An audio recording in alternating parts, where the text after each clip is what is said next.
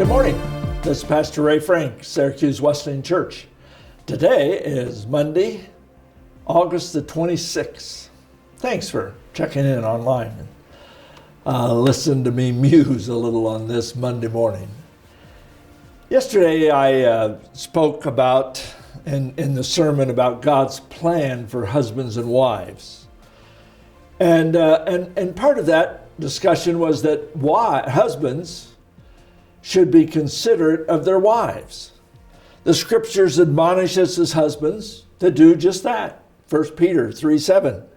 Husbands, in the same way, be considerate as you live with your wives.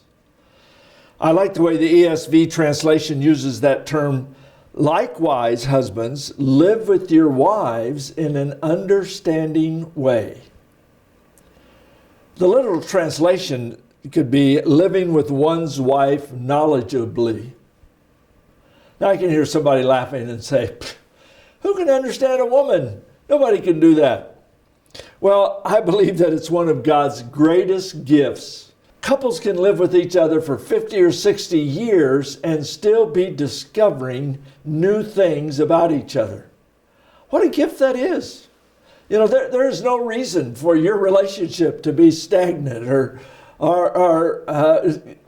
come commonplace. I mean, I trust that you're comfortable with each other, but there's always new things to learn. We are to consider that. We are to live in consideration of our wives.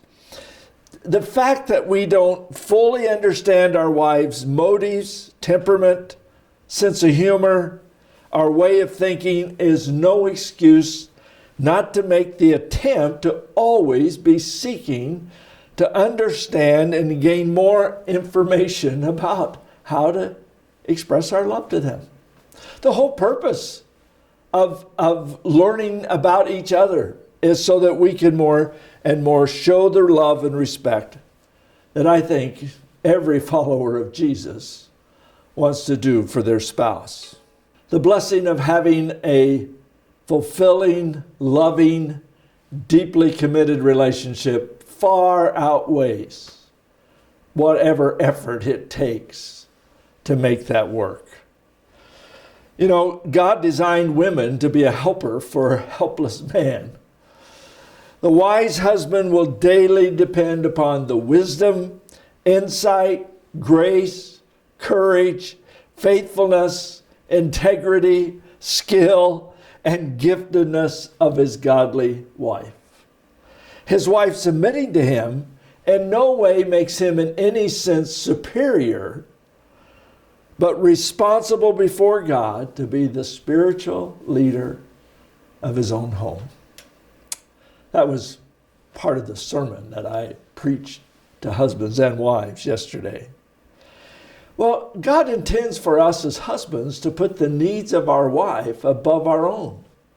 Paul uses that concept over in Ephesians chapter 5, where he talked about that husbands are to love their wives just as Christ loved his church.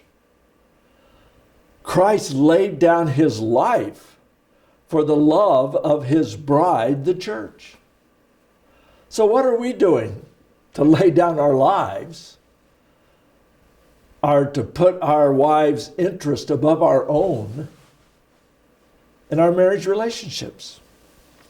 Well, if we're to be considerate, here's 2 or 3 things that I think we might want to consider. First of all, be aware of her imperfections. I mean, you can't help but notice that you don't have a perfect wife. And of course, she notices you're not a perfect husband either. But so be aware of those imperfections, but also be aware, in fact, be looking and searching for ways to praise her and to thank her for the ways that she helps you.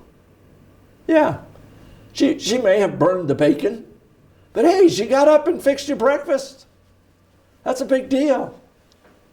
Another consideration is be aware of the longing of her heart. Have you ever thought about that? I learned something just this last week that I never knew. My kids and grandkids were here, and So we had an unusual amount of people in our home for the last 2 or 3 weeks. And sometimes it was not always easy to communicate. And so one time I was looking over my grandkid's head at her, smiling at her, and I saw kind of a funny look come across her face. She told me later that in the 11 years that she had been widowed, that she had longed for a man who would look at her across a room with love shining in his eyes. I'd never thought of that before. Guess what I'm going to be doing the next time I find myself in a crowded room across the room from my wife? Find out things about your wife. I think another consideration is to be aware that your wife has a need to be reaffirmed, reassured that you love her. And I know there are languages of love, the 5 languages of love. And it's important to understand what best impacts your wife and what she appreciates more of the way of expressing that love. But no matter what way pleases her the most, one of the things that I still think every husband needs to do every day is to use the words, "I love you." In fact, I don't really think you can say it too often. Just be aware. Your wife needs to hear those words out of your mouth. And then, kind of on a sobering note, I think to be considerate of our wife is to be aware that there will come a day of judgment. I believe we're going to stand before a holy God and give an account for how we treated his daughter. Something to think about, isn't it? Well, one of the things I was reading this week was A.W. Tozer's book, That Incredible Christian. It's been a book that's impacted me just tremendously over the years, and I had talked about it to a friend of mine, so I pulled it up on my Kindle and was reading some sections of it, and I came across this phrase that's just been kind of resonating with me. He said to follow Jesus and to be obedient to his word may not always be easy,